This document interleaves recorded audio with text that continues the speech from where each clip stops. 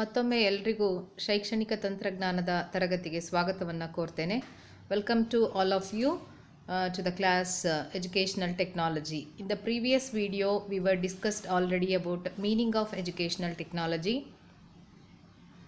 and scope of educational technology, objectives, nature, and I have started actually the approaches of educational technology. So there are three approaches of educational technology. One is hardware approach, second one is software approach, and third one it is system approach. Today in this video I am going to discuss about software approach of educational technology. ಅಂದರೆ ಇವತ್ತಿನ ದಿನ ಶೈಕ್ಷಣಿಕ ತಂತ್ರಜ್ಞಾನದ ಮಾರ್ಗಗಳಾಗಿರ್ತಕ್ಕಂಥ ಕಠಿಣ ಸಾಮಗ್ರಿ ಮಾರ್ಗ, ಮೃದು ಸಾಮಗ್ರಿ ಮಾರ್ಗ ಮತ್ತು ವ್ಯವಸ್ಥಾ ಮಾರ್ಗದ ಬಗ್ಗೆ ನಾನು ಈಗಾಗಲೇ ನಿಮಗೆ ತಿಳಿಸಿದ್ದೀನಿ. ಇವತ್ತು ವ್ಯವಸ್ಥಾ ಮಾರ್ಗದ ಮೃದು ಸಾಮಗ್ರಿ ಮಾರ್ಗದ ಶೈಕ್ಷಣಿಕ ತಂತ್ರಜ್ಞಾನದ ಕುರಿತು ಚರ್ಚೆ ಮಾಡೋಣ. What actually it is deals with the software approach of educational technology. So hardware, it is already explained to you. It is directly related to the usage of the advanced sophisticated instruments or equipments or electromechanical devices in the field of education. But software approach is nothing but with related to the development of the softwares with related in the field of education. So ವ್ಯವಸ್ಥಾ ಮಾರ್ಗ ಅನ್ನುವಂಥದ್ದು ಏನು ಮೃದು ಸಾಮಗ್ರಿ ಮಾರ್ಗ ಅನ್ನುವಂಥದ್ದು ಯಾವ ಅಂಶಗಳು ನಮಗೆ ಆ ಉಪಕರಣಗಳನ್ನು ಬಳಕೆ ಮಾಡಿಕೊಂಡು ಮಾಹಿತಿಯನ್ನು ರವಾನೆ ಮಾಡಬೇಕಾಗುತ್ತೋ ಅದಕ್ಕೆ ಪೂರಕವಾಗಿರ್ತಕ್ಕಂಥ ಒಂದು ಅಪ್ರೋಚ್ ಅಂತ ಹೇಳಿ ಕರಿತೀವಿ, ಅಥವಾ ಆ ಮಾರ್ಗ, ಅದರ ಅಡಿನಲ್ಲಿ ನಾವು ಶೈಕ್ಷಣಿಕ ತಂತ್ರಜ್ಞಾನವನ್ನು ಬಳಕೆ ಮಾಡ್ಕೊಳ್ಬೇಕಾಗತ್ತೆ ಅನ್ನೋದು ಅಥವಾ ಅನ್ವಯಿಸ್ಕೊಳ್ತಕ್ಕಂಥದ್ದು ಅಂತೇಳಿ. The pioneering work in software approach was done by Skinner and other behaviourist. The programs which such a technology produces are often called software. ಅಂದರೆ ಪ್ರಮುಖವಾಗಿ ಸ್ಕಿನ್ನರ್ ಅಂದರೆ ಸೈಕಾಲಜಿಸ್ಟ್ ನೀವು ಕೇಳಿರ್ಬೋದು, ಸಾಕಷ್ಟು ಕಲಿಕಾ ಸಿದ್ಧಾಂತಕ್ಕೆ ಪೂರಕವಾಗಿರ್ತಕ್ಕಂಥ ಕಲಿಕಾ ತತ್ವ ಸಿದ್ಧಾಂತಗಳನ್ನು ಕೊಡುಗೆಯಾಗಿ ಕೊಟ್ಟಿರ್ತಕ್ಕಂಥವ್ರು ಸಾಕಷ್ಟು ಜನ ಸೈಕಾಲಜಿಸ್ಟ್ ಇದ್ದಾರೆ. ಅದರಲ್ಲಿ ಪ್ರಮುಖವಾಗಿ ಸ್ಕಿನ್ನರ್ ಅಂತ ಹೇಳಿ ಕರಿಬೋದು ನಾವು.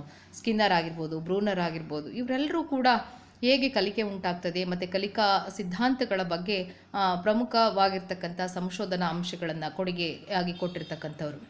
ಅವರು ಕೊಟ್ಟಿರ್ತಕ್ಕಂಥ ಈ ಒಂದು ತತ್ವ ಸಿದ್ಧಾಂತದ ಆಧಾರದ ಮೇಲೆ the programs with such a technology, ಅಂದರೆ ಇಲ್ಲಿ ಅರ್ಥ ಮಾಡ್ಕೊಳ್ಳಿ, ಆ ಕಲಿಕೆ ಯಾವ ರೀತಿ ಉಂಟಾಗುತ್ತೆ, ಕಲಿಕೆಯ ಮೇಲೆ ಪ್ರಭಾವ ಬೀರ್ತಕ್ಕಂಥ ಅಂಶಗಳು ಯಾವ್ಯಾವು, ಅಂದರೆ ಕಲಿಕೆ ಉಂಟಾಗ್ತಕ್ಕಂಥ ಸಂದರ್ಭದಲ್ಲಿ ಯಾವ ರೀತಿಯ ಪ್ರಕ್ರಿಯೆ ನಡೀತದೆ, ಇವೆಲ್ಲವುಗಳ ಬಗ್ಗೆ ತತ್ವ ಸಿದ್ಧಾಂತಗಳನ್ನು ಕೊಟ್ಟಿರ್ತಕ್ಕಂಥವ್ರು ಪ್ರಮುಖವಾಗಿ ಈ ಎಲ್ಲ ಸೈಕಾಲಜಿಸ್ಟ್ ಅಂತ ಹೇಳಿ ಕರಿತೀವಿ, ಮನೋವಿಜ್ಞಾನಿಗಳು. ಅಂದರೆ advancement in the learning process that is termed as a technology year. ಅಂದರೆ programs with such a technology producers. So ಅಂದರೆ ಹೇಗೆ ಕಲಿಕೆ ಉಂಟಾಗುತ್ತೆ ಅನ್ನೋದನ್ನು ಆಧಾರವಾಗಿಟ್ಕೊಂಡು ಆ ಕಲಿಕಾ ಪ್ರಕ್ರಿಯೆ ಹೇಗೆ, ಕಾಗ್ನಿಷನ್ ಡೆವಲಪ್ಮೆಂಟ್ ಹೇಗಾಗುತ್ತೆ, how the information and knowledge gain by the students. So that psychology we have to understand. That is given by these psychologists. Based on those theories, the programs has been developed.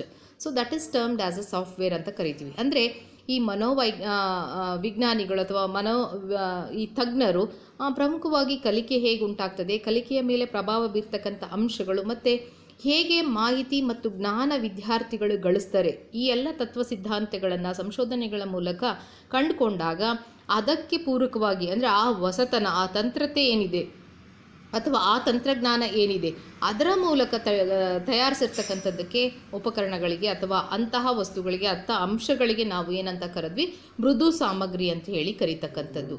ಹಾಗಾಗಿ software approach is also termed as instructional technology ಅಂತ ಹೇಳಿ ಕರಿತೀವಿ. ಅಂದರೆ ಈ ಮೃದು ಸಾಮಗ್ರಿ ಮಾರ್ಗವನ್ನು, ಶೈಕ್ಷಣಿಕ ತಂತ್ರಜ್ಞಾನದ ಮೃದು ಸಾಮಗ್ರಿ ಮಾರ್ಗವನ್ನು ನಾವು ಬೋಧನಾ ತಂತ್ರಜ್ಞಾನ ಅಂತ ಕೂಡ ಕರಿಬೋದು, ಅಥವಾ teaching technology or behavioural technology, ವರ್ತನಾ ತಂತ್ರಜ್ಞಾನ ಅಂತ ಕೂಡ ಕರಿತೀವಿ.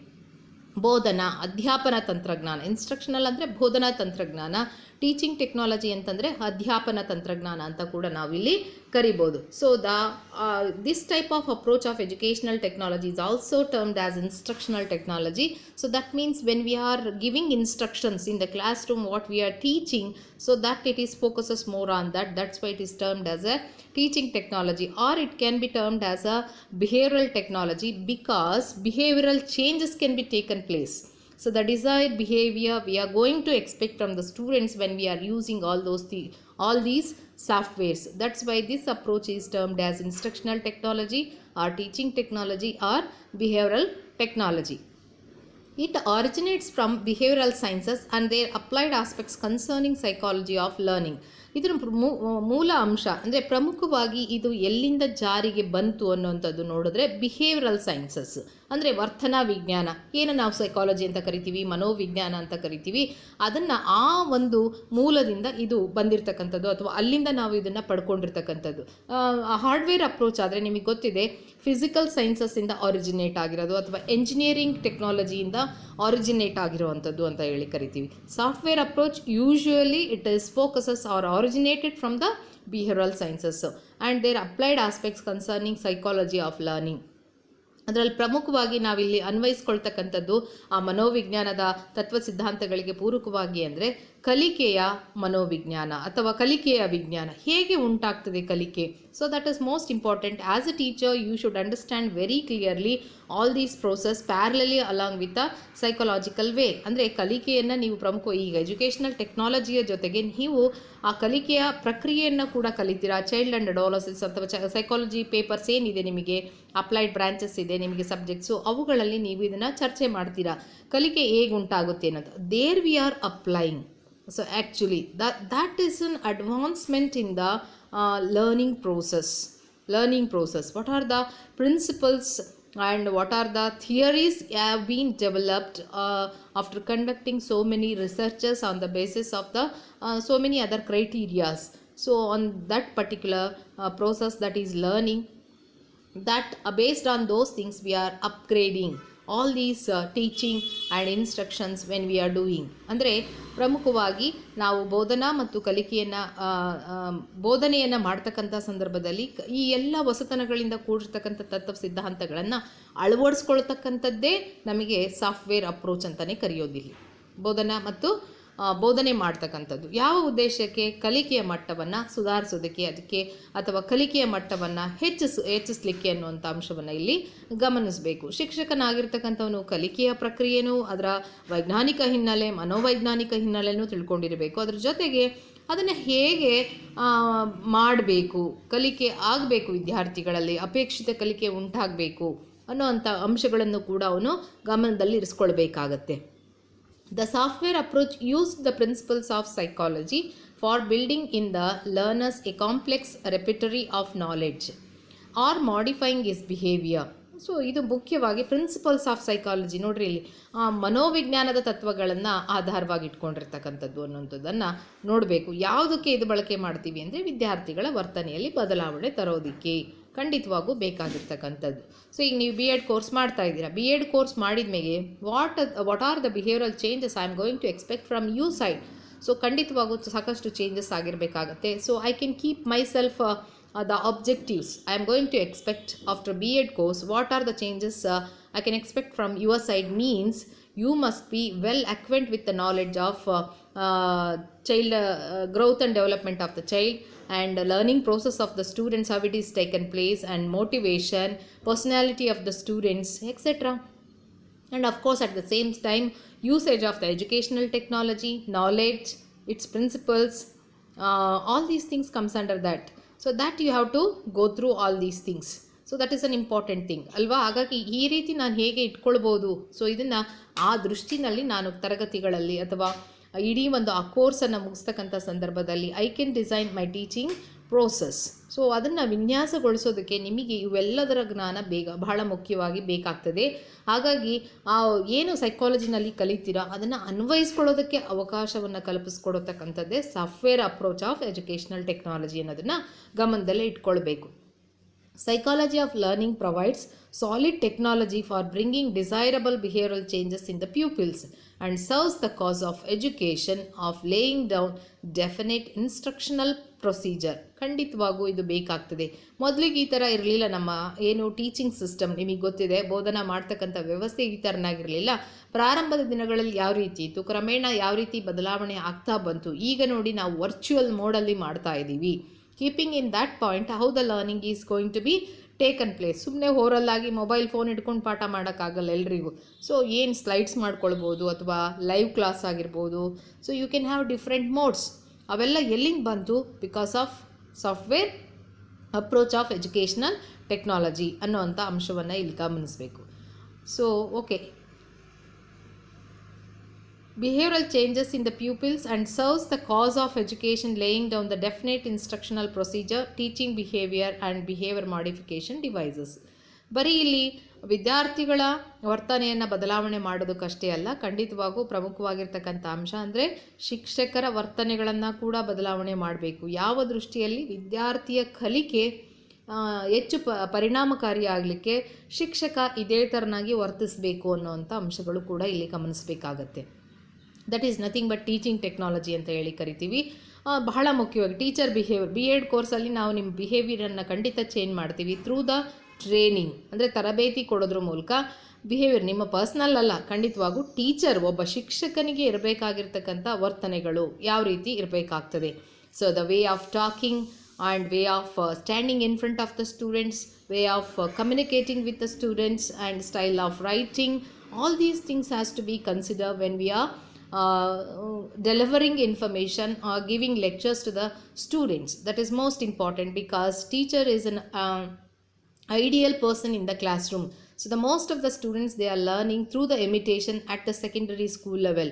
So you can came to know that 70% of the learning takes place through the imitation only at the secondary school level. ಈಗ ನೀವು ಮಾಡಲ್ಲ ನಮ್ಮನ್ನು ಇಮಿಟೇಷನ್ನು, ನೀವು ಮೆಚೂರ್ ಇದ್ದೀರಾ, ನಿಮ್ಮದೇ ಆದ ಸ್ಟೈಲ್ಸ್ ಇರ್ತದೆ, ನಿಮ್ಮದೇ ಆದ ಪ್ಯಾಟ್ರನ್ಸ್ ಇರುತ್ತೆ, you are following. But secondary school ಲೆವೆಲಲ್ಲಿ ಶಿಕ್ಷಕರು ಹೇಳಿದ್ದೇ ವೇದವಾಕ್ಯ. ಹಾಗಾಗಿ 70% ಅಂದರೆ 70% ಅನುಕರಣೆ ಮಾಡೋದ್ರ ಮೂಲಕ ವಿದ್ಯಾರ್ಥಿಗಳು ವಿಷಯವನ್ನು ಕಲಿತಾ ಹೋಗ್ತಾರೆ. ಹಾಗಾಗಿ teacher behaviour is very important at the secondary school level. That is most important. That's why through the software approach of educational technology, so we can change the teachers behavior as well as pupils behavior. That means we can achieve the objectives. ಅಂದರೆ ಏನು ಶಿಕ್ಷಣದ ಉದ್ದೇಶಗಳನ್ನು ಸಾಧಿಸಲಿಕ್ಕೆ ಸಹಾಯಕವಾಗ್ತಕ್ಕಂಥ ತಂತ್ರಜ್ಞಾನ ಅಂತೇಳಿ ನಾವು ಕರಿಬೋದು. Okay, so ನೀವು examples ಏನು ತಗೊಳ್ತೀರಾ ಹಾಗಾದರೆ ಇದರಲ್ಲಿ? ಉದಾಹರಣೆ ಏನು? ಅಲ್ಲಿ ಹಾರ್ಡ್ವೇರ್ ಅಪ್ರೋಚಲ್ಲಿ ನಾವು ಗಮನಿಸಿದಾಗೆ ಏನೆಲ್ಲ ಉಪಕರಣಗಳು ಬಂದವೋ ಅವನ್ನೆಲ್ಲ ಶಿಕ್ಷಣಕ್ಕೆ ಬಳಸ್ಕೊಳ್ಳುವಂಥದ್ದು ಅಂತ ಹೇಳಿ ಕರಿತೀವಿ. ಕಂಪ್ಯೂಟರ್ ಆಗಿರ್ಬೋದು, ಯಾವೆಲ್ಲ ನೀವು ಯಾವ ತೊಗೊಂಡು, ಡಿಜಿಟಲ್ ಬೋರ್ಡ್ ಆಗಿರ್ಬೋದು, ಮೊಬೈಲ್ಸ್ ಆಗಿರ್ಬೋದು ಅಲ್ವಾ. ಸೊ ಈಗ ಎಜುಕೇಷನಲ್ ವ್ಯಾಲ್ಯೂನೂ ಕೂಡ ಇದೆ ಮೊಬೈಲ್ಸಿಗೆ, not only for communication purpose. ಹಾಗಾಗಿ ಅವೆಲ್ಲವುಗಳನ್ನು ಬಳಕೆ ಮಾಡ್ಕೊಳ್ಳೋವಂಥದ್ದನ್ನು ಹಾರ್ಡ್ವೇರ್ ಅಪ್ರೋಚ್ ಅಂತ ಕರೆದ್ವಿ. ಬಟ್ ಇಲ್ಲಿ ಸಾಫ್ಟ್ವೇರ್ ಅಪ್ರೋಚ್ ಅಂದರೆ ಏನು? Examples: newspapers, books, magazines, educational games, flashcards may also form part of the software. Software approach is characterized by task analysis, writing precise objectives, selection of appropriate learning strategies, immediate reinforcement of responses and constant evaluation. ಇಲ್ಲಿ ಮುಖ್ಯವಾಗಿ ನಾನು ಹೇಳೋದಾದರೆ ಈಗ ನೀವು ಗಮನಿಸುವಂಥ ಅಂಶಗಳು ಅಂತಂದರೆ, ನಾವು ಕಂಪ್ಯೂಟರನ್ನು ತೆಗೆದುಕೊಂಡ್ರೆ ಅದರಲ್ಲಿ ನಿಮಗೆ ಕಠಿಣ ಸಾಮಗ್ರಿ, ಮೃದು ಸಾಮಗ್ರಿ ವ್ಯತ್ಯಾಸವನ್ನು ತುಂಬ ಸುಲಭವಾಗಿ ಹೇಳ್ತೀವಿ. ಅದಕ್ಕೊಂದು ಹೇಳ್ತೀವಿ, ಯಾವುದನ್ನು ಮುಟ್ಟಿ ಅದನ್ನು ಫೀಲ್ ಮಾಡೋಕ್ಕಾಗುತ್ತಾ ಅದು ಕಠಿಣ ಸಾಮಗ್ರಿ ಅಂತ ಕರಿತೀವಿ. ಯಾವುದನ್ನು ನಾವು ಫೀಲ್ ಮಾಡೋಕ್ಕಾಗಲ್ವೋ ಅದನ್ನು ಮೃದು ಸಾಮಗ್ರಿ. So that we cannot feel it. Those are nothing but software, nothing but programs are termed as a software of the computers. But ಇಲ್ಲಿ ನೀವು ಆ ದೃಷ್ಟಿನಲ್ಲಿ ನಾವು ಹೇಳೋದಾದರೆ ಮುಟ್ಟಕ್ಕೆ ಬರಲ್ಲ, ನೋಡೋಕ್ಕೆ ಬರಲ್ಲ ಅಂತಲ್ಲ, ಯು ಕ್ಯಾನ್ ಫೀಲ್ ಇಟ್. ಅದಕ್ಕೆ ಇಂಪಾರ್ಟೆಂಟ್ ಅಂದರೆ ಕರಿಕ್ಯುಲಮ್ ಪಠ್ಯಕ್ರಮ ಏನಿದೆ, ಕಂಟೆಂಟ್ ಏನಿದೆ, ಸಬ್ಜೆಕ್ಟ್ಸ್ ಏನಿದೆ, all these are termed as a softwares ಅಂತಲೇ ಕರೆಯೋದು. ಅದರಲ್ಲಿ ಮಾಡ್ಕೊಳ್ಳೋವಂಥದ್ದು ನೀವು ಯೂಸ್ ಮಾಡ್ತಕ್ಕಂಥ ಮೆಥಡ್ಸ್ ಆಗಿರ್ಬೋದು. ಯಾಕೆಂದರೆ ಕರಿಕ್ಯುಲಮ್ ಕಾಲಕ್ಕೆ ಹೊಸತನದಿಂದ ಕೂಡಿರ್ತದೆ, ಬದಲಾವಣೆಯನ್ನು ಕಂಡುಕೊಳ್ತಾ ಹೋಗ್ತಾರೆ. ಮೊದಲೇ ನಮಗೆ 1 year 10 months ಕೋರ್ಸ್ ಇತ್ತು B.Ed, ನೆಕ್ಸ್ಟ್ 1 year ಆಯಿತು, 2 years ಆಯಿತು.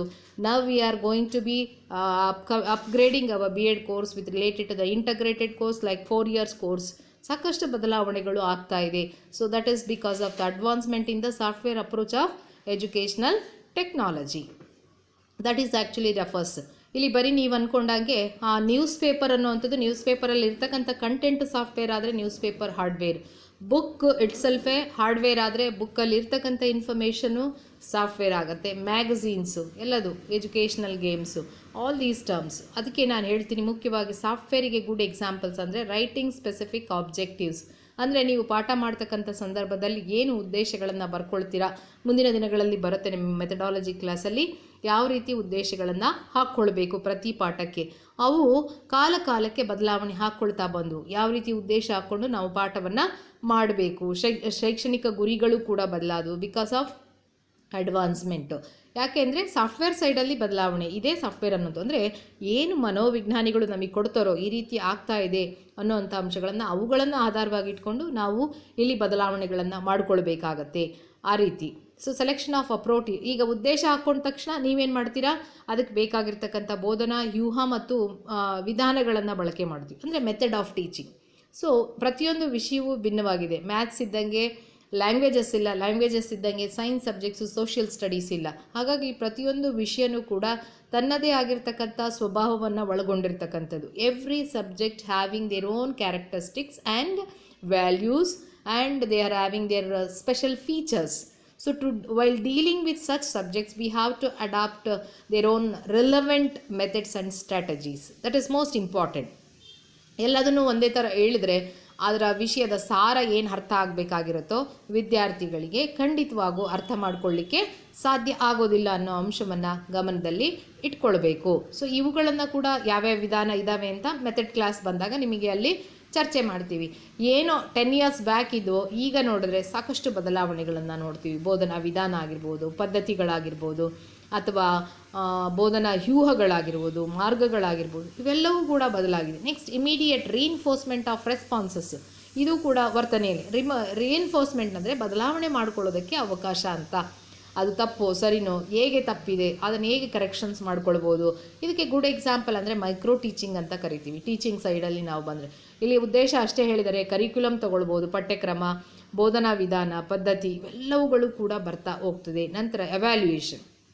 ಇಮಿಡಿಯೇಟ್ ರೀಇನ್ಫೋರ್ಸ್ಮೆಂಟ್ ಅಂದರೆ ಯಾವ ರೀತಿ ನಾವು ಕರೆಕ್ಷನ್ಸನ್ನು ಮಾಡ್ಕೊಳ್ಬೇಕು ಅನ್ನೋ ಅಂಥ ಅಂಶ. ಆ್ಯಂಡ್ ಕಾನ್ಸ್ಟೆಂಟ್ ಎವ್ಯಾಲ್ಯೂಯೇಷನ್, ನಿರಂತರವಾಗಿರ್ತಕ್ಕಂಥ ಮೌಲ್ಯಮಾಪನವನ್ನು ಒಳಗೂಡಿಸ್ಬೇಕು. ಇವೆಲ್ಲವೂ ಕೂಡ ಬದಲಾಗ್ತಾ ಹೋಗುತ್ತೆ. ಮೌಲ್ಯಮಾಪನಕ್ಕೆ ಒಳಪಡಿಸಿದಾಗ ಮಾಡಿಫಿಕೇಷನ್ಗೆ ಅವಕಾಶ ಇರ್ತದೆ ಅಂತೇಳಿ ಕರಿತೀವಿ. Software approach refers to the application of teaching learning principles to the direct and deliberate shaping of the behaviour. So ಇದರ ಅರ್ಥ ಮುಖ್ಯವಾಗಿ ಏನು? So application of teaching learning principles to the direct, ಖಂಡಿತವಾಗೂ ಲರ್ನಿಂಗ್ ಪ್ರಿನ್ಸಿಪಲ್ಸ್ ಏನು develop ಮಾಡಿದ್ದಾರೆ psychology, teaching learning principles ತತ್ವಗಳನ್ನು ಮನೋವಿಜ್ಞಾನಿಗಳು. So to the direct and deliberate shaping of the behaviour, ವಿದ್ಯಾರ್ಥಿಗಳ ವರ್ತನೆಯಲ್ಲಿ ಬದಲಾವಣೆಯನ್ನು ತರೋದಕ್ಕೆ ನಾವು ಈ ಬೋಧನಾ ಮತ್ತು ಕಲಿಕಾ ತತ್ವಗಳನ್ನು ಅಳವಡಿಸ್ಕೊಳ್ಳೋದೇ ನಮಗೆ ಏನಂತ ಮೃದು ಸಾಮಗ್ರಿ ಮಾರ್ಗ ಅಂತ ಹೇಳಿ ಕರಿತೀವಿ. ಬೋಧನಾ ಕಲಿಕಾ ತತ್ವಗಳನ್ನು ವಿದ್ಯಾರ್ಥಿಗಳ ಅಪೇಕ್ಷಿತ ವರ್ತನೆಯಲ್ಲಿ ಬದಲಾವಣೆ ಮಾಡಿಕೊಳ್ಳೋದಕ್ಕೆ ಅನ್ವಯಿಸ್ಕೊಳ್ತಕ್ಕಂಥ ಒಂದು ಮಾರ್ಗವೇ ಮೃದು ಸಾಮಗ್ರಿ ಮಾರ್ಗ. Definitely its origin lies in the application of behavioural science to the problems of learning and motivation. ಯಾವುದಕ್ಕೆ? ಕಲಿಕೆಯಲ್ಲಿ ಉಂಟಾಗ್ತಕ್ಕಂಥ ವಿದ್ಯಾರ್ಥಿಗಳಿಗೆ ಏನು ತೊಡಕುಗಳಿದೆ, ತೊಂದರೆಗಳಿದೆ, ಅವುಗಳನ್ನು ಬಗೆಹರಿಸಿ ಅವರಲ್ಲಿ ಉತ್ತಮ ರೀತಿಯಾಗಿರ್ತಕ್ಕಂಥ ಕಲಿಕೆಯನ್ನು ಉಂಟು ಮಾಡೋದೇ ಇದರ ಮುಖ್ಯವಾಗಿರ್ತಕ್ಕಂಥ ಉದ್ದೇಶ. ಅದಕ್ಕೆ ಇದರ ಬಳಕೆ. Educational technology is closely associated with the modern principles theories of teaching. ಅದನ್ನೇ ಹೇಳಿದ್ದು ಮಾಡ್ರನ್ ಅಂತ ಹೇಳಿ ಕರಿತೀವಿ. ಮಾಡ್ರನ್ ಅಂದರೆ ಅಡ್ವಾನ್ಸ್ಮೆಂಟ್. ಅಲ್ಲಿ ಉಪಕರಣಗಳಲ್ಲಿ ಅಡ್ವಾನ್ಸ್ಮೆಂಟ್ ಇದ್ದರೆ ಅದನ್ನು ಹಾರ್ಡ್ವೇರ್ ಅಪ್ರೋಚ್ ಅಂತ ಕರಿತೀವಿ. ಈ ಕಲಿಕಾ ಮತ್ತು ಬೋಧನಾ ತತ್ವಗಳಿಗೆ ಅಡ್ವಾನ್ಸ್ಮೆಂಟ್, ಥಿಯರೀಸಲ್ಲಿ ಅಡ್ವಾನ್ಸ್ಮೆಂಟ್ ಇತ್ತು ಅಂದರೆ ಅದನ್ನು ಸಾಫ್ಟ್ವೇರ್ ಅಪ್ರೋಚ್ ಅಂತ ಕರಿತೀವಿ. ಅಷ್ಟೇ ವ್ಯತ್ಯಾಸ. ಅಡ್ವಾನ್ಸ್ಮೆಂಟ್ ನವೀನತೆಯಿಂದ ಕೂಡಿರೋದು, ಹೊಸತನದಿಂದ ಕೂಡಿರ್ತಕ್ಕಂಥದ್ದು, ಆ ಕಾಲಕ್ಕೆ ಸೂಕ್ತವಾಗಿರ್ತಕ್ಕಂಥದ್ದು ಅಂತ ಅಂಶವನ್ನು ಗಮನದಲ್ಲಿ ಇಟ್ಕೊಳ್ಬೇಕಾಗತ್ತೆ. ಸೊ ಅದಕ್ಕೆ ಉಪಕರಣಗಳಲ್ಲಾದರೆ ಅದು ಹಾರ್ಡ್ವೇರ್ ಅಪ್ರೋಚ್ ಆಗುತ್ತೆ. ಈ ಕಲಿಕಾ ಮತ್ತು ಬೋಧನಾ ತತ್ವ ಸಿದ್ಧಾಂತಗಳಿಗೆ ಹೊಸತನದಿಂದ ಕೂಡಿರೋವಂಥದ್ದು, ಅದನ್ನು ನಾವು ಸಾಫ್ಟ್ವೇರ್ ಅಪ್ರೋಚ್ ಅಂತ ಹೇಳಿ ಕರಿತೀವಿ. ಮಾಡೆಲ್ಸ್ ಆಫ್, ಅದಕ್ಕೆ examples models of teaching, theory of instruction, theory of teacher behaviour and principles of program learning. These are the examples. ಇವುಗಳನ್ನು ಮುಂದಿನ ದಿನಗಳಲ್ಲಿ ಡೀಟೇಲ್ ಆಗಿ ಡಿಸ್ಕಷನ್ಸನ್ನು ಮಾಡ್ತೀವಿ. ಪ್ರೋಗ್ರಾಮ್ ಲರ್ನಿಂಗು ಅವೆಲ್ಲ. It is characters by task analysis, ಅಲ್ಲಿ ಹೇಳಿದ್ದೀನಿ, objectives in behavioural terms, selection of the appropriate teaching strategies, reinforcement for correct responses and continuous evaluation. So ಈಗಾಗಲೇ ಹೇಳಿದೆ. Software approach is concerned with the teaching objectives in behavioral terms, principles of teaching, methods of teaching, reinforcement of instructional system, feedback, reviews and evaluation. ಇವೆಲ್ಲವೂ examples ಅಂತ ಕರಿತೀವಿ. ಅಲ್ಲಿ ಉಪಕರಣ ಕೊಟ್ಟೆ, computer ಆಗಿರ್ಬೋದು, mobile ಆಗಿರ್ಬೋದು, 3 ಡೈಮೆನ್ಷನಲ್ ಚಾರ್ಟ್ ಆಗಿ ಎಲ್ಲ ಆಡಿಯೋ ವಿಜುವಲ್ ಏಡ್ಸ್ ಬರುತ್ತೆ ಅದರಲ್ಲಿ. ರೇಡಿಯೋ ಉಪಕರಣ ಅದನ್ನು ನಾವು ಬಳಕೆ ಮಾಡ್ಕೊಂಡಿವಿ ಅಷ್ಟೇ ಬೋಧನೆಯ ಪರ್ಪಸ್ಸಿಗೆ. ಅದರಲ್ಲಿ ಟೆಲಿಕಾಸ್ಟ್ ಮಾಡೋದಕ್ಕೆ ಟೆಲಿವಿಷನ್ ಆಗಿರ್ಬೋದು, ಕಂಪ್ಯೂಟರ್ಸ್ ಆಗಿರ್ಬೋದು, ಅವೆಲ್ಲವುಗಳು ಕೂಡ ಉಪಕರಣಗಳು. ಅವು ಹಾರ್ಡ್ವೇರ್ ಅಪ್ರೋಚ್ ಆಫ್ ಎಜುಕೇಷನಲ್ ಟೆಕ್ನಾಲಜಿಗೆ ಉದಾಹರಣೆಯನ್ನು ಕೊಡ್ತೇವೆ. ಇಲ್ಲಿ ಸಾಫ್ಟ್ವೇರ್ ಅಪ್ರೋಚಿಗೆ ಇವೆಲ್ಲ ಉದಾಹರಣೆಗಳಾಗ್ತಿವೆ. ಬೋಧನಾ ಉದ್ದೇಶಗಳಾಗಿರ್ಬೋದು, ತತ್ವಗಳು, ಬೋಧನಾ ತತ್ವಗಳು, ಇವೆಲ್ಲ ಕಲಿತಾ ಹೋಗ್ತೀರ 1 by 1 ಬೇರೆ ಬೇರೆ ಸಬ್ಜೆಕ್ಟ್ಗಳಿಗೆ ಸಂಬಂಧಪಟ್ಟಂಗೆ. ಮೆಥಡ್ಸ್, ಬೋಧನಾ ವಿಧಾನಗಳು, ರೀಇನ್ಫೋರ್ಸ್ಮೆಂಟ್, ಅದನ್ನು ಹೇಗೆ ಪ್ರತಿಪುಷ್ಟೀಕರಣಗೊಳಿಸಕ್ಕಂಥದ್ದು, ಇವೆಲ್ಲವುಗಳು. ಮೌಲ್ಯಮಾಪನ ಹೇಗೆ ಮಾಡಬೇಕು ವಿದ್ಯಾರ್ಥಿಗಳಿಗೆ ಅನ್ನೋದು ಕೂಡ ಒಂದು ಸಾಫ್ಟ್ವೇರ್ ಅಪ್ರೋಚ್. ಹೇಗೆ ಅಸೆಸ್ ಮಾಡಬೇಕು, ಮೌಲ್ಯೀಕರಣ ಮಾಡಬೇಕು, how to evaluate students performances with respect to the different aspects. ನೀವು ಮೌಲ್ಯಮಾಪನ ಮಾಡಿ ಫೀಡ್ಬ್ಯಾಕ್ ಕೊಟ್ಟರೆ ಅವರಲ್ಲಿ ಕರೆಕ್ಷನ್ಸ್ ಮಾಡ್ಕೊಳ್ಳೋಕ್ಕಾಗೋದು, ವಿದ್ಯಾರ್ಥಿಯ ವರ್ತನೆಯಲ್ಲಿ ಬದಲಾವಣೆಯನ್ನು ತರಲಿಕ್ಕೆ ಸಾಧ್ಯತೆ ಆಗುವಂಥದ್ದು. ಇದು ಕೂಡ ಅದರಲ್ಲಿ ಬರ್ತಕ್ಕಂಥ ಅಂಶ ಅಂತೇಳಿ ಕರಿತೀವಿ. ಮೃದು ಸಾಮಗ್ರಿ ಮಾರ್ಗದ ಅಡಿಯಲ್ಲಿ ಬರ್ತಕ್ಕಂಥ ಅಂಶ ಅಂತೇಳಿ ಕರಿಬೋದು. ಸೊ ಎವ್ಯಾಲ್ಯೂಯೇಷನ್ ಈಗಿದೆ, ಸಾಕಷ್ಟಿದೆ. ಎವ್ಯಾಲ್ಯೂಯೇಷನ್ ಮಾಡಲಿಕ್ಕೆ ಸಾಕಷ್ಟು ಬದಲಾವಣೆ ಇದೆ. ಮೊದಲೆಲ್ಲ ಒಂದು ರಿಟರ್ನ್ ಟೆಸ್ಟು ಅಥವಾ ರಿಟರ್ನ್ ಎಕ್ಸಾಮ್ ಕೊಟ್ಟು ಅಸೆಸ್ ಮಾಡ್ತಿದ್ದೀವಿ. ಈಗ ರಿಟರ್ನ್ ಟೆಸ್ಟಿಗೆ ಅಷ್ಟೇ ಅಲ್ಲ, ಬೇರೆ ಬೇರೆ ತಂತ್ರಗಳು ಕೂಡ ಇದೆ. ಇವತ್ತಿನ ಕಾಲಕ್ಕೆ ತಕ್ಕನಾಗಿ ವಿದ್ಯಾರ್ಥಿಗಳಲ್ಲಿ ಓರಲ್ ಟೆಸ್ಟ್ ಇರ್ಬೋದು, ರೈಟಿಂಗ್ ಇರ್ಬೋದು, ಸೆಮಿನಾರ್ಸ್ ಇರ್ಬೋದು, all these things can be given to assess the students performances with respect to the different aspects. ಅಂದರೆ ಬೇರೆ ಬೇರೆ ದೃಷ್ಟಿಕೋನ. ಮೌಲ್ಯಮಾಪನ ಅನ್ನೋದು ಭಾಳ ಈಗ integral part of the teaching learning process ಆಗಿದೆ. ಮೊದಲೇನಾಗಿತ್ತು, ಬೋಧನೆ ಮಾಡೋರು ಕಲಿಯೋರು ನಾವೆಲ್ಲ ಒಂದು ಕಡೆಗಿದ್ದರೆ ಮೌಲ್ಯಮಾಪನ ಮಾಡೋ ಅಂಥ ಟೀಮೇ ಬೇರೆ ಇರ್ತಿತ್ತು. ಬಟ್ ಹಂಗಲ್ಲ, ಅವೆಲ್ಲವೂ integral part of the teaching learning process ಆಗಿದೆ. ಪ್ರಮುಖ ಅಂಶ ಅನ್ನೋದು ಅದು ಪ್ಯಾರಲಲ್ ಆಗಿ ಸಾಗಬೇಕು ಅನ್ನೋಂಥ ಅಂಶ, ಜೊತೆಯಾಗೇ ಸಾಗಬೇಕು ಬೋಧನಾ ಕಲಿಕಾ ಪ್ರಕ್ರಿಯೆಗೆ. Software approach tries to develop all the 3 basic components of the technology: input, process and output. ಮುಖ್ಯವಾಗಿ ಇಲ್ಲಿ ಏನಂತ ಕರಿತೀವಿ, ಮೃದು ಸಾಮಗ್ರಿ ಮಾರ್ಗ 3 ಅಂಶಗಳನ್ನು ಅಥವಾ ತಂತ್ರಜ್ಞಾನದ ಪ್ರಮುಖ ಘಟಕಾಂಶಗಳಾಗಿರ್ತಕ್ಕಂಥ ಇನ್ಪುಟ್, ಒಳ ಸೇರಿಸ್ತಕ್ಕಂಥ ಅಂಶಗಳು, ಪ್ರೋಸೆಸ್ ಅಂದರೆ ಪ್ರಕ್ರಿಯೆ ಮಾಡ್ತಕ್ಕಂಥದ್ದು, ಮತ್ತು ಉತ್ಪನ್ನಗಳು, ಔಟ್ಪುಟ್ಟು. ಈಗ ಟೀಚಿಂಗ್ ಲರ್ನಿಂಗ್ ಪ್ರೋಸೆಸ್ಸನ್ನು ಅದು ಒಂದು ಪ್ರಕ್ರಿಯೆ, ಅದರಲ್ಲಿ ನಾವು ಇನ್ಪುಟ್ ಹಾಕ್ತೀವಿ, ಪ್ರಕ್ರಿಯೆ ಮಾಡ್ತೀವಿ, ಮತ್ತು ಔಟ್ಪುಟ್ ಉತ್ಪನ್ನ. ಇವುಗಳ 3 ಅಂಶಗಳ ಅಡಿಯಲ್ಲಿ ಅವುಗಳನ್ನು ಅಭಿವೃದ್ಧಿಪಡಿಸೋದಕ್ಕೆ ಸಹಾಯವನ್ನು ಮಾಡ್ತಕ್ಕಂಥ ಮಾರ್ಗ ಅಂತೇಳಿ ನಾವು ಇಲ್ಲಿ ಗಮನಿಸ್ಬೋದು. So that software approach actually it will helps the teaching learning process in developing inputs of the teaching learning process and developing the process of those things and increasing the output results also. Basis of software approach. In software approach, the basis of all thinking and working is behavioral science and psychology of the learning. So ಇದು ಮುಖ್ಯವಾಗಿ ವರ್ತನಾ ವಿಜ್ಞಾನದ ಆಧಾರವಾಗಿರ್ತಕ್ಕಂಥದ್ದು. Software approach uses the principles of psychology for the purpose of behavioural modification. ಅಂದರೆ ಮನೋವಿಜ್ಞಾನದ ತತ್ವ ಸಿದ್ಧಾಂತಗಳನ್ನು ಬಳಕೆ ಮಾಡ್ಕೊಳ್ತಕ್ಕಂಥದ್ದು ಅಂತ ಹೇಳಿ ಕರಿತೀವಿ. ಮುಖ್ಯವಾಗಿ ಮೃದು ಸಾಮಗ್ರಿ ಮಾರ್ಗ, ಅದರಲ್ಲಿ ನಿಮಗಾಗಲೇ ಹೇಳಿದ್ದೀನಿ, ಲರ್ನಿಂಗ್ ಥಿಯರೀಸ್ ಆಗಿರ್ಬೋದು, ಕಲಿಕಾ ಸಿದ್ಧಾಂತಗಳಾಗಿರ್ಬೋದು, ಮೋಟಿವೇಶ್ನಲ್ ಥಿಯರೀಸ್, ಅಭಿಪ್ರೇರಣೆ ಸಿದ್ಧಾಂತಗಳಾಗಿರ್ಬೋದು, ಪರ್ಸ್ನಾಲಿಟಿ ಥಿಯರೀಸ್ ಆಗಿರ್ಬೋದು, ಮತ್ತು growth and development theories and principles ಇವೆಲ್ಲವುಗಳನ್ನು ವಿದ್ಯಾರ್ಥಿಗಳ ವರ್ತನೆಯಲ್ಲಿ ಬದಲಾವಣೆಯನ್ನು ತರೋದಕ್ಕೆ ಮಾಡ್ಕೊಳ್ತಕ್ಕಂಥ ಮಾರ್ಗ ಅಂತ ಹೇಳಿ ಕರಿಬೋದು. A teacher with added knowledge of the software approach can use the films, flash cards, tapes etcetera for the various purposes. ಅಂದರೆ ಅದರಲ್ಲಿ ಬರ್ತಕ್ಕಂಥ ಕಂಟೆಂಟ್ ಅಂತ ನೀವು ಇಲ್ಲಿ ಪರಿಗಣಿಸ್ಬೇಕು, ಅವುಗೆಲ್ಲ ಬಳಕೆ ಮಾಡ್ಕೊಳ್ಬೋದು ಅಂತೇಳಿ. Films, educational films it is an audio visual aid, but ಅದರಲ್ಲಿ ಬರ್ತಕ್ಕಂಥ ಕಂಟೆಂಟ್ ಕೂಡ ನೀವು ಸಾಫ್ಟ್ವೇರ್ ಅಪ್ರೋಚ್ ಆಗಿ ತೆಗೆದುಕೊಳ್ಬೇಕು. ಫ್ಲ್ಯಾಶ್ ಕಾರ್ಡ್ಸು, ಟೇಪ್ಸ್ ಎಲ್ಲ ನೀವು ಚಾರ್ಟ್ ತೊಗೊಂಡ್ರೆ ಅದರಲ್ಲಿ ಯಾವ ರೀತಿ 3D ಚಾರ್ಟ್ ಯಾವ ರೀತಿ ನಿಮಗೆ ಅದರಲ್ಲಿ ವಿಜುವಲೈಸ್ ಆಗಬೇಕು. ಫಾರ್ ಎಕ್ಸಾಂಪಲ್ಲು ಮ್ಯಾಪ್ಸ್ಗಳಾಗಿರ್ಬೋದು, ನಮಗೆ 2 ಡೈಮೆನ್ಷನಲ್ ಬರುತ್ತೆ. ಈಗ ಅಡ್ವಾನ್ಸ್ ಮ್ಯಾಪ್ 3 ಡೈಮೆನ್ಷನಲ್ ಬಂದಿದೆ. ಎಷ್ಟು ಚೆನ್ನಾಗಿರುತ್ತೆ ಅಂದರೆ ಆ ಗುಡ್ಡ ಬೆಟ್ಟ, ಯಾಕೆಂದರೆ ಭೂಮಿ ಸಮತಲವಾಗಿಲ್ಲ, ಎಲ್ಲೆಲ್ಲಿ ಹಿಲ್ ಸ್ಟೇಷನ್ಸ್ ಇದೆ, ಎಲ್ಲಿಗೆ ತಗ್ಗು ಉಬ್ಬು ಇದೆ, ಅವೆಲ್ಲವುಗಳನ್ನ ತೋರಿಸ್ತಕ್ಕಂಥದ್ದು. ನೋಡಿರಿ, ಇದು ಯಾಕೆ ಬೇಕು, ತುಂಬ ಚೆನ್ನಾಗಿ ವಿದ್ಯಾರ್ಥಿ ಅರ್ಥೈಸ್ಕೊಳ್ಬೇಕು ಅನ್ನೋದು. ಅದು way of representation it is changed because of technological advancement ಅಂತ ಕರಿತೀವಿ. A teacher can plan better teaching which results into better learning. There is not end of his thinking. Yes, ಖಂಡಿತವಾಗೂ ಇದು ಕೊನೆ ಅಲ್ಲ.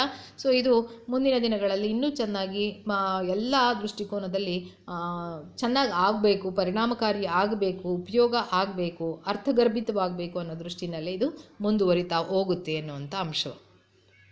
So characteristics of software approach, ಗುಣಲಕ್ಷಣಗಳು. This view of educational technology is closely associated with the modern principles of program learning and is characterised by task analysis. ಅಂದರೆ ಮುಖ್ಯವಾಗಿ ಇಲ್ಲಿ ಶೈಕ್ಷಣಿಕ ತಂತ್ರಜ್ಞಾನದ ಯಾವುದ್ರ ಜೊತೆಗೆ ಸಂಬಂಧವನ್ನು ಹೊಂದಿದೆ ಅಂದರೆ ಟಾಸ್ಕ್ ಅನಾಲಿಸಿಸ್ ಅನ್ನೋದನ್ನೇ ಇಲ್ಲಿ ಗಮನಿಸಬೇಕು.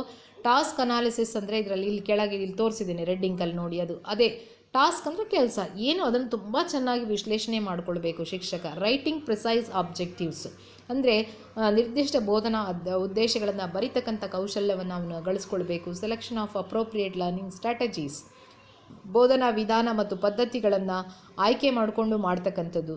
ಸಾಕಷ್ಟು ಲೀಸ್ಟ್ ಕೊಡ್ತೇವೆ ನಿಮಗೆ. Use collections we are having with respect to the particular subjects.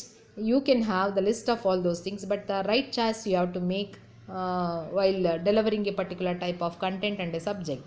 Reinforcement of the correct responses and constant evaluation. Education ಆಗುತ್ತೆ ಅದು, it's not an education. Constant evaluation, ಮೌಲ್ಯಮಾಪನ.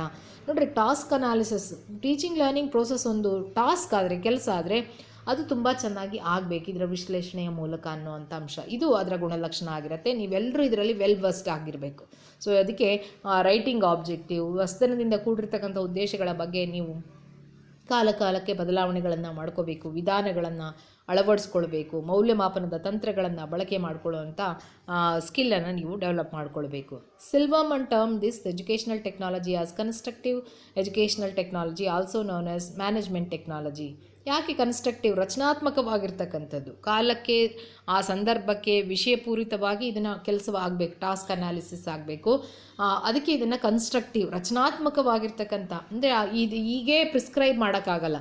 All it depends on how it comes the situation, circumstances, ಅದರ ಅನುಗುಣವಾಗಿ ನಡಿಬೇಕಾಗಿರ್ತಕ್ಕಂಥ ದೃಷ್ಟಿ. Management technology, ನಿರ್ವಹಿಸ್ತಕ್ಕಂಥ ತಂತ್ರಜ್ಞಾನ ಅಂತ ಕೂಡ ಕರೀತಾರೆ ಇದನ್ನು. A modern approach in educational administration and organisation, it has brought to educational management a scientific approach for solving educational administrative problems. ಖಂಡಿತವಾಗೂ modern approach, ಹೊಸತನದಿಂದ ಕೂಡಿರ್ತಕ್ಕಂಥ ಮಾರ್ಗ. ಯಾವ ದೃಷ್ಟಿನಲ್ಲಿ ಶೈಕ್ಷಣಿಕ ನಿರ್ವಹಣೆ ಮಾಡಬೇಕು, ವೈಜ್ಞಾನಿಕ ಹಿನ್ನೆಲೆಯಲ್ಲಿ ಮಾಡಬೇಕು, ಸುಮ್ಮನೆ ಅಡ್ಮಿನಿಸ್ಟ್ರೇಷನ್ ಅಲ್ಲ. ಆಡಳಿತಾತ್ಮಕ ದೃಷ್ಟಿಯಲ್ಲಿ ಏನೆಲ್ಲ ಕುಂದುಕೊರತೆಗಳಿದೆ ಅನ್ನೋದನ್ನು ವೈಜ್ಞಾನಿಕವಾಗಿ ಪತ್ತೆ ಹಚ್ಚತಕ್ಕಂಥ ಮಾರ್ಗ. ಅದಕ್ಕೆ ಇದನ್ನು educational management a scientific approach ಅಂತ ಕೂಡ ನಾವು ಕರಿತೀವಿ. ವೈಜ್ಞಾನಿಕ ಅಂದರೆ ಈ ಕ್ರಮಬದ್ಧತೆಯಿಂದ ಕೂಡಿರಬೇಕು, ತರ್ಕಬದ್ಧವಾಗಿರಬೇಕು ಅನ್ನೋ ಅಂಶವನ್ನು ಗಮನಿಸಬೇಕಷ್ಟೇ ಇಲ್ಲಿ. Next, origin of software approach lies the application of behavioral science to the education. It refers to the application of teaching learning principles in shaping of behavior. ಅಂದರೆ ವಿದ್ಯಾರ್ಥಿಗಳ ವರ್ತನೆಯಲ್ಲಿ ಬದಲಾವಣೆಗಳ ತರ್ತಕ್ಕಂಥ ಅಂಶ, ಅದರ ತತ್ವಗಳನ್ನು ಮುಖ್ಯವಾಗಿ ಇದರ ಆರಿಜಿನ್, ಮೂಲ ಎಲ್ಲಿಂದ ಕರಿತೀವಿ, ಸಾಫ್ಟ್ವೇರ್ ಅಪ್ರೋಚಿಂದು ಮನೋವೈಜ್ಞಾನಿಕ ವಿಜ್ಞಾನದ ಹಿನ್ನೆಲೆ ಅಥವಾ ವರ್ತನಾ ವಿಜ್ಞಾನದ ಹಿನ್ನೆಲೆ ಅಂತ ಹೇಳಿ ಕರಿಬೋದು. It's application while writing objectives in behavioural terms. Application ಇದು ನೋಡಿರಿ, ಇದರ ಅನ್ವಯ ಎಲ್ಲಿ ಅಂದರೆ ಈಗಾಗಲೇ ನಿಮಗೆ ತಿಳಿಸ್ಬಿಟ್ಟಿದ್ದೀನಿ. ಉದ್ದೇಶಗಳನ್ನು ಬರ್ಕೊಳ್ಳೋದು, ವರ್ತನ ಉದ್ದೇಶಗಳು, ಸೂಕ್ತ ಬೋಧನಾ ಪದ್ಧತಿಗಳು, ವ್ಯೂಹಗಳನ್ನು ಬಳಕೆ ಮಾಡ್ಕೊಳ್ತಕ್ಕಂಥದ್ದಕ್ಕೆ ಸೀಮಿತವಾಗಿರುತ್ತೆ. ಇದು ಇದರೆಲ್ಲ ಕ್ಯಾರೆಕ್ಟರಿಸ್ಟಿಕ್ಸ್ ಅಂತ ಹೇಳಿ ನಾವು ಕರಿತೀವಿ. ಸಾಫ್ಟ್ವೇರ್ ಟೂಲ್ಸ್, ಸಾಧನಗಳು ಅಂತ ನಿಮಗಾಗಲೇ ಕೊಟ್ಟಿದ್ದೀನಿ. ಇದು only for software, word processing. ಈ ಕಂಪ್ಯೂಟರು ಹಾರ್ಡ್ವೇರ್ ಆದರೆ ಕಂಪ್ಯೂಟ್ರಲ್ಲಿರೋಂಥ ಪ್ರೋಗ್ರಾಮ್ಸ್ ಯಾವ್ಯಾವು, ವರ್ಡ್ ಪ್ರೊಸೆಸಿಂಗ್ ಇರ್ಬೋದು. ನೀವು ವರ್ಡ್ ಫೈಲಿಗೆ ವರ್ಡಿಗೆ ಹೋದರೆ ಸಾಕಷ್ಟು ರೀತಿಯಾಗಿ ನೀವು ಮಾಡೋದು. ಡೇಟಾ ಬೇಸ್ ಇರ್ಬೋದು, ಸ್ಪ್ರೆಡ್ಶೀಟ್ಸ್ ಅಂದರೆ ನಿಮ್ಮ ಸ್ಕ್ರೀನಲ್ಲಿ ಬರೋತ್ತಲ್ಲ ಅದೇ. ಟೆಲಿಕಮ್ಯುನಿಕೇಷನ್ಸು, ಪ್ರೆಸೆಂಟೇಷನ್ಸ್, PPT ಆಗಿರ್ಬೋದು, authoring, graphic paint programs. Teachers need to know how to use them. ಇವೆಲ್ಲವುಗಳನ್ನು ಬಳಕೆ ಮಾಡ್ಕೊಂಡು ಟೂಲ್ಸ್ ಅಂತ ಕರಿತೀವಿ. ಬರೀ ಇದು ಕಂಪ್ಯೂಟ್ರಿಗೆ ಸಂಬಂಧಪಟ್ಟಂಗೆ ಅಷ್ಟೇ ಹೇಳ್ತಿದ್ದೀನಿ, ಬಟ್ ಇದಷ್ಟೇ ಸಾಫ್ಟ್ವೇರ್ ಅಲ್ಲ. ಈಗಾಗಲೇ ಎಕ್ಸಾಂಪಲ್ಸ್ ಕೊಟ್ಟಿದ್ದೀನಿ ನಿಮಗೆ. ಉದ್ದೇಶಗಳಾಗಿರ್ಬೋದು, ಪಠ್ಯಕ್ರಮ ಆಗಿರ್ಬೋದು, ಬೋಧನಾ ವಿಧಾನಗಳು, ತಂತ್ರಗಳು, ಆ ರೀತಿ ವ್ಯೂಹಗಳಾಗಿರ್ಬೋದು, ಮೌಲ್ಯಮಾಪನದ ತಂತ್ರಗಳು, ವಿಧಾನಗಳನ್ನು ನೋಡ್ಕೊಳ್ಳುವಂಥದ್ದು ಕೂಡ software approach of educational technology ಅಂತ ಕರಿತೀವಿ. ಸೊ ಇದು software tools with related to the computers ಅಷ್ಟೇ. ಸಾಫ್ಟ್ವೇರ್ ಟೈಪ್ಸ್ ಅಂದರೆ ಡ್ರಿಲ್ ಆ್ಯಂಡ್ ಪ್ರಾಕ್ಟೀಸ್ ಅಂತ ಕರಿತೀವಿ, ಟ್ಯುಟೋರಿಯಲ್ಸ್, ಇದು ಕಂಪ್ಯೂಟರ್ ಬೇಸ್ಡ್ ಇನ್ಸ್ಟ್ರಕ್ಷನ್ಸ್. ಇವೆಲ್ಲವೂ ಕಂಪ್ಯೂಟರ್ಗೆ ಆಧಾರಿತ. Drill and practice, tutorials, computer based instruction and simulations. Teachers need to know what are these and why, when and how to incorporate them in their teaching. Software types ಅಂತ programmes ಅಂತ ಅಷ್ಟೇ. ಕಂಪ್ಯೂಟ್ರಲ್ಲಿ ಇರ್ಬೋದಾಗಿರ್ತಕ್ಕಂಥ ಪ್ರೋಗ್ರಾಮ್ಸನ್ನೇ ನಾವು software ಅಂತ ಕರೆಯೋದು. ಮೃದು ಸಾಮಗ್ರಿ, programmes. ಈಗ for example ನಿಮಗೆ ಕಂಪ್ಯೂಟರ್ನಲ್ಲಿ ಗೂಗಲ್ ಸರ್ಚ್ ಕೊಟ್ಟರೆ ಅದೆಲ್ಲ ಹುಡುಕೊಡುತ್ತೆ, ಅದು ಹಂಗೆ ಹುಡುಕೊಡುತ್ತೆ. ಅದರಲ್ಲಿ ಒಂದು ಪ್ರೋಗ್ರಾಮ್ ರೆಡಿ ಮಾಡಿದ್ದಾರೆ. ಆ ಸರ್ಚ್ ಕೊಟ್ಟಾಗ ಅದನ್ನು ಹೆಂಗೆ ಸರ್ಚ್ ಮಾಡಿ ಮಾನಿಟ್ರಲ್ಲಿ ತರಬೇಕು ಅಂತ. That is nothing but actually software. But ಇಲ್ಲಿ ನಾವು ಸಾಫ್ಟ್ವೇರ್ ಅಂತ ಪರಿಗಣಿಸೋದು ಕಲಿಕೆಯ ದೃಷ್ಟಿಯಿಂದ ಯಾವ್ಯಾವ ಸಾಫ್ಟ್ವೇರ್ಸು ಅಥವಾ ಬೋಧನೆಯ ದೃಷ್ಟಿಯಿಂದ ಯಾವ್ಯಾವುದು ಪ್ರೋಗ್ರಾಮ್ಸ್ ಇದೆ ಅನ್ನುವಂಥದ್ದು. ಅದರಲ್ಲಿ ಕಂಪ್ಯೂಟರ್ ಆಧಾರಿತವಾಗಿ ಡ್ರಿಲ್ ಆ್ಯಂಡ್ ಪ್ರಾಕ್ಟೀಸು, ಇದನ್ನು CAI ಮಾಡಬೇಕಾದ್ರೆ ನಿಮಗೆ ಡೀಟೇಲ್ ಆಗಿ ಚರ್ಚೆ ಮಾಡ್ತೇನೆ. ಸಾಫ್ಟ್ವೇರ್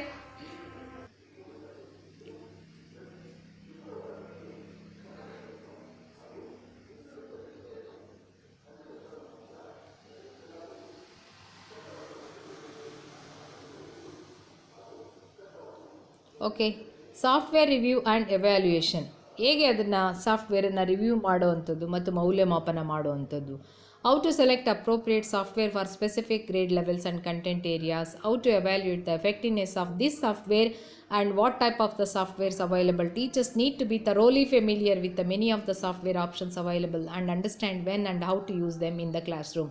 ಬಹಳ ಮುಖ್ಯವಾಗಿರ್ತಕ್ಕಂಥ ಮೃದು ಸ್ವಾಮಿಗಳಂದರೆ ಆ ವಯೋಮಿತಿಗೆ ಆಯಾ ಏಜ್ ಗ್ರೂಪಿಗೆ ಸೂಟಬಲ್ ಆಗ್ತಕ್ಕಂಥದ್ದು, ಅದನ್ನು ದೃಷ್ಟಿಕೋನದಲ್ಲಿಟ್ಕೊಂಡು ಪಠ್ಯಕ್ರಮ ಆಗಿರ್ಬೋದು, ಅಲ್ಲಿ ಸುಲಭವಾಗಿ ಸಿಗ್ಬೋದಾಗಿರ್ತಕ್ಕಂಥ ಮೃದು ಸಾಮಗ್ರಿ ಮಾರ್ಗಗಳಾಗಿರ್ಬೋದು, ಅಥವಾ ಅಲ್ಲಿ ಇರ್ತಕ್ಕಂಥ ಮೌಲ್ಯಮಾಪನದ ತಂತ್ರಗಳಾಗಿರ್ಬೋದು, ಅವುಗಳನ್ನು ಸೂಕ್ತವಾಗಿ ಆಯ್ಕೆ ಮಾಡಿಕೊಂಡು ಬಳಕೆ ಅದರ ಮೊದಲು ಅವುಗಳಿಗೆ ಪರಿಚಯ ಇರಬೇಕು. ಯಾವಾಗ ಯಾವ ಸಂದರ್ಭದಲ್ಲಿ ಯಾವುದನ್ನು ಬಳಸಿದ್ರೆ ಹೆಚ್ಚು ಉಪಯುಕ್ತ ಅನ್ನುವಂಥದ್ದು ಕೂಡ ಶಿಕ್ಷಕರಿಗೆ ಗಮನದಲ್ಲಿ ಇರಬೇಕಾಗತ್ತೆ. ಅದರಲ್ಲಿ ತುಂಬ ಚೆನ್ನಾಗಿ ತರಬೇತಿಯನ್ನು ಪಡ್ಕೊಳ್ಬೇಕು ಅನ್ನುವಂಥ ಅಂಶವನ್ನು ಗಮನಿಸ್ತೀವಿ ಇಲ್ಲಿ ಅನ್ನುವಂಥದ್ದು. ಹಾಗಾಗಿ software approach it is completely refers to the application of behavioural sciences in the field of education. That is nothing but software approach of educational technology. So ಇಲ್ಲಿವರೆಗೂ ಹಾರ್ಡ್ವೇರ್ ಅಪ್ರೋಚ್ ಮತ್ತು software approach of educational technology ಬಗ್ಗೆ ಚರ್ಚೆ ಮಾಡಿದ್ದೀವಿ.